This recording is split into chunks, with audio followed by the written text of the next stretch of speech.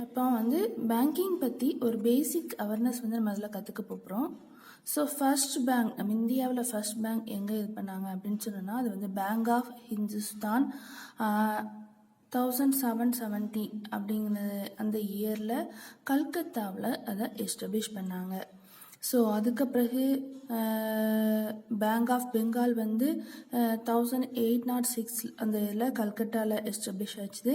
அதுக்கு அடுத்தது bank of Bombay 1840 establish ஆயிடுச்சு. Then bank of Madras 1843 establish ஆச்சு. ஸோ இந்த பேங்க் ஆஃப் மெட்ராஸ் தான் லேட்டராக இம்பீரியல் பேங்க் ஆஃப் இந்தியா அப்படிங்கிறத நேம் சேஞ்ச் பண்ணாங்க. இந்த RBI reserve bank of India அது நம்மளுடைய சென்ட்ரல் பேங்க் ஆஃப் இந்தியா அப்படின்னு சொல்கிறாங்க. ஸோ 1955 தான் நேஷ்னலைசேஷன் எஸ்பிஐயால் இது பண்ணிச்சா தான் ஒரு பெரிய லார்ஜஸ்ட் பேங்காக இன்க்ளூட் ஆயிடுச்சு. ப்ரைவேட் பேங்க்கில் பெரிய லார்ஜஸ்ட் பேங்க் அப்படின்னு சொல்லி எடுத்தோன்னா அது ஐசிஐசிஐ பேங்கு.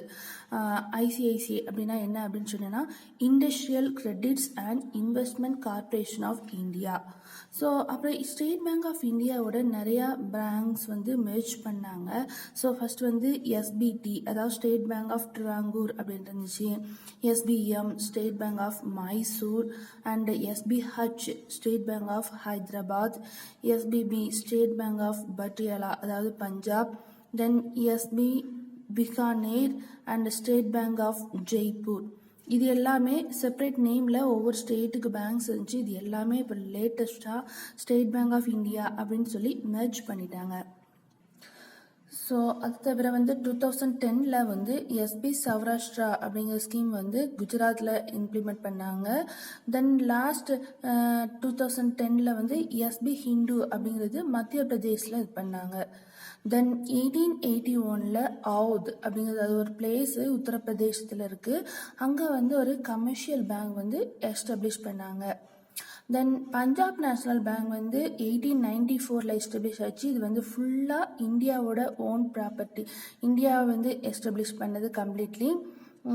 பேங்க் அப்படின்னு சொன்னோம்னாலே நமக்கு அட்வான்ஸ் லோன் கொடுக்கறது, மக்களுக்கு லெண்டிங் லோன்ஸ் அண்ட் அட்வான்சஸ் அதான் அதோட மெயின் பர்பஸ் அப்படின்னு சொல்லலாம். ஸோ இதோட கிளாசிஃபிகேஷன் 2 டைப் ஆஃப் பண்ணியிருக்காங்க, commercial bank and merchant bank அப்படின்னு இருக்கு.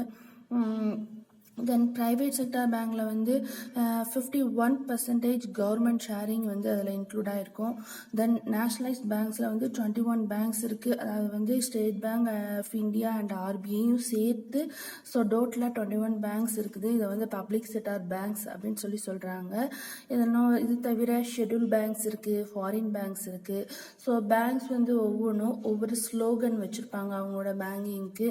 ஸோ இப்போ ஹெச்எஸ்பிசி பேங்க் அப்படின்னு எடுத்துட்டோம் அப்படின்னு சொன்னா இது வேர்ல்ட்ஸ் லோக்கல் பேங்க் அப்படிங்கிறது அவங்களோட ஸ்லோகனா இருக்கு.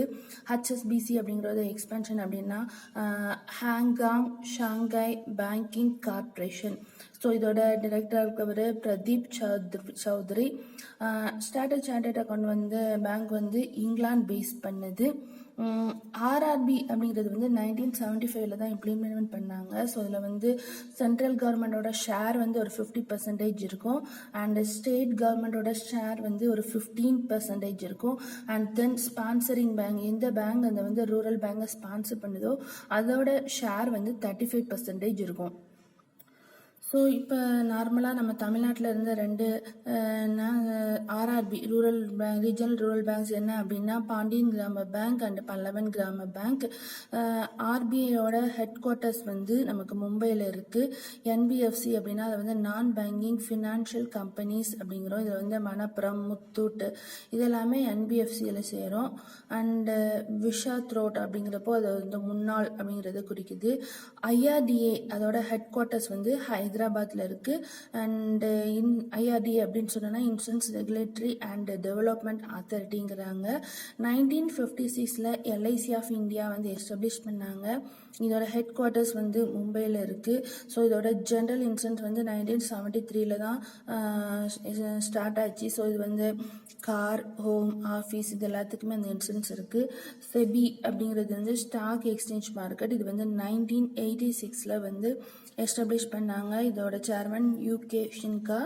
அண்ட் என்ஐஏ அப்படிங்கிறது 2008 வந்து எஸ்டாப்ளிஷ் பண்ணாங்க. இது எதுக்காக பண்ணியிருக்காங்க அப்படின்னா டெரரிஸ்ட் ஆக்டிவிட்டீஸ் எல்லாத்தையுமே நம்ம கண்ட்ரோல் பண்ணுறதுக்காக தான் இந்த என்ஐஏ அதை வந்து இம்ப்ளிமெண்ட் பண்ணியிருக்கிறாங்க, எஸ்டாப்ளிஷ் பண்ணாங்க. இதோட சேர்மன் வந்து எஸ்சி சின்கா அவங்க.